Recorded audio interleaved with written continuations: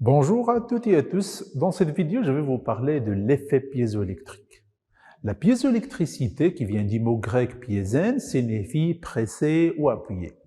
Donc, c'est une propriété que possèdent certains corps de se polariser électriquement sous l'action d'une contrainte mécanique et, réciproquement, de se déformer quand on leur applique un champ électrique. En 1880, 16 ans avant la découverte des rayons uraniques, Jacques et Pierre Curie, âgés de 25 et 21 ans, un préparateur et l'autre préparateur adjoint à la faculté de sciences de Paris, s'intéressent aux propriétés électriques des cristaux. Ils vont rapidement découvrir que le quartz ainsi que d'autres cristaux plus rares, comme la tourmaline ou le topaze, produisent des charges électriques lorsqu'ils sont comprimés ou étirés selon certains axes particuliers.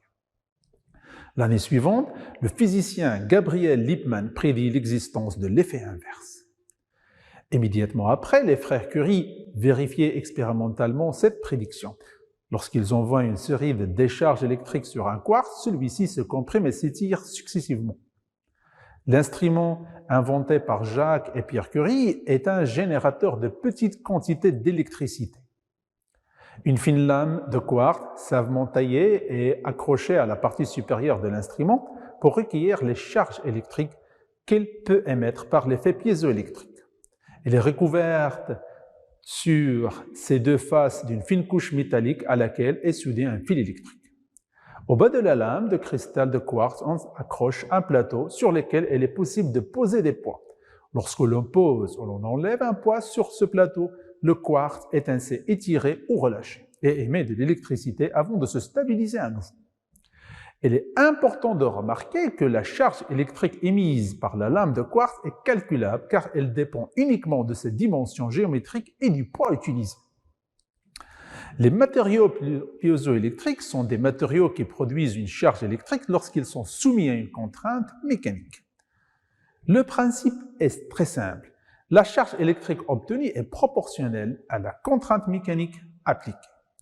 Un amplificateur de charge peut convertir cette charge en un signal de 0 à 10 volts, facile à mesurer. En fin de compte, la tension de sortie est proportionnelle à la contrainte mécanique.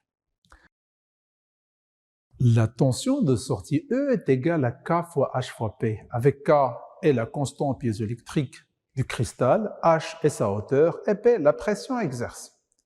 Mais la question qu'il faut se poser, qu'est-ce qui se passe réellement? Si on prend un cristal au repos, les barycentres des charges positives et négatives sont confondus. Par contre, la déformation causée par l'effet de compression génère une séparation des centres des charges positives et négatives, d'où l'apparition d'un champ électrique. L'effet piézoélectrique indirect ou inverse a été mis en évidence mathématiquement en 1881 par Lippmann et confirmé par les frères Curie après. L'effet indirect est l'obtention d'une action mécanique à partir d'un champ électrique traversant l'édifice piézo. Les cristaux quartz, topaze ou tourmaline composant les matériaux piézoélectriques sont composés de cations, ions chargés positivement, et d'anions, des ions chargés négativement, qui génèrent un courant électrique lorsqu'ils sont soumis à une contrainte mécanique, comme une pression ou une déformation. Le phénomène piézoélectrique est utilisé dans plusieurs applications. Je peux citer par exemple les capteurs de force, les briquets qui intègrent du quartz, qui est, comme j'ai dit précédemment, un matériel piézoélectrique. Je vais vous montrer par la suite dans les expérimentations l'utilisation d'un briquet ou comment on peut générer une tension à partir du quartz qui se trouve dans un briquet. Je peux aussi citer les montres à quartz. Par rapport aux pendules à balancier et les montres mécaniques, les montres à quartz ont nombre d'avantages. Non seulement ils fonctionnent partout, mais elles sont aussi beaucoup plus précises. Toutes ces pendules et ces montres ont besoin d'un système oscillant pour pouvoir compter les secondes qui passent. Le balancier d'un pendule oscille par gravité et une montre mécanique utilise l'oscillation d'une roue d'entrée sur un ressort spiral. La montre à quartz utilise un cristal de quartz dont l'oscillation est rendue possible par l'effet piézoélectrique. Quand on envoie un courant électrique sur un cristal de quartz par le biais d'une pile par exemple, ce dernier se déforme. Donc, quand on coupe le courant, le cristal reprend sa forme initiale. Si on applique une tension alternative, alors le cristal vibre. Un cristal piézoélectrique qui vibre émet lui-même un signal électrique. Ce signal électrique en provenance du cristal est capté par un circuit électrique qui permettra de calculer les secondes ainsi le temps. Je vous invite de voir l'article « Comment fonctionnent les montres à quartz » du site Couleur Science pour plus de détails et d'informations. Un autre exemple, c'est le microgénérateur.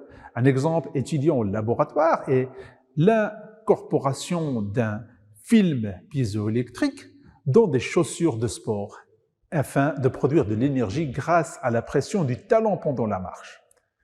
Les faibles puissances produites pourraient suffire à terme à alimenter certains dispositifs électroniques, comme par exemple charger un téléphone portable, par exemple. Nous allons faire par la suite deux expérimentations. Pour la première, à l'aide de deux points de touche reliés à un multimètre, on exerce une pression, donc des forces de part et d'autre d'un cristal, et on va observer la génération d'une tension dont la valeur dépend de la force exercée.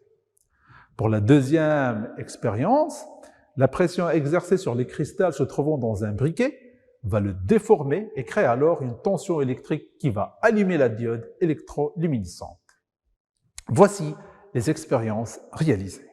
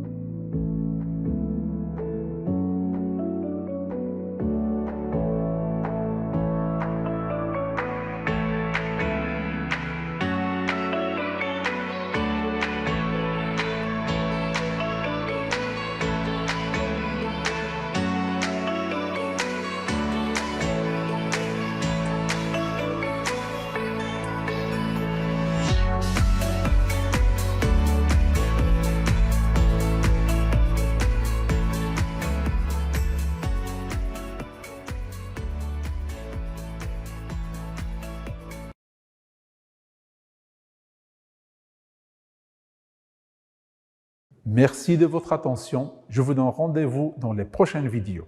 À très bientôt.